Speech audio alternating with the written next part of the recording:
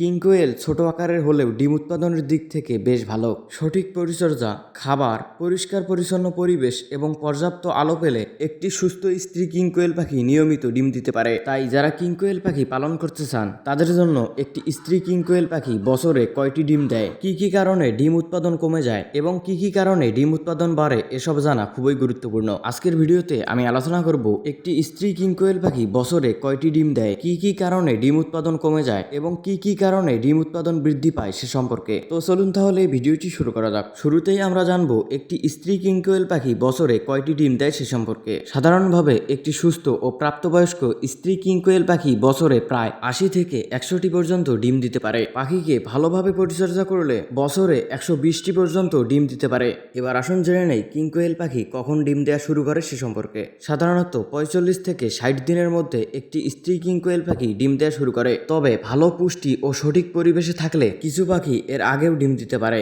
অনুকূল পরিবেশে টানা কয়েকদিন ডিম দিতে পারে এবং মাঝে মাঝে 1 থেকে 2 দিন বিরতি নিতে পারে। এবার আসুন জেনে নেই কোন বিষয়গুলো কিং কোয়েল পাখির ডিম উৎপাদন বাড়ায় সে সম্পর্কে। কিং কোয়েল পাখির ডিম উৎপাদন বাড়ানোর জন্য সর্বপ্রথম যে কাজটি করতে হবে সেটি হলো পাখিকে নিয়মিত সুষম খাবার খাওয়াতে হবে। পাখির খাবারে পর্যাপ্ত পরিমাণে প্রোটিন, ক্যালসিয়াম, ভিটামিন ও মিনারেল থাকলে ডিম উৎপাদন বৃদ্ধি পায়। এরপর পাখিকে প্রতিদিন পর্যাপ্ত আলোয় রাখতে হবে।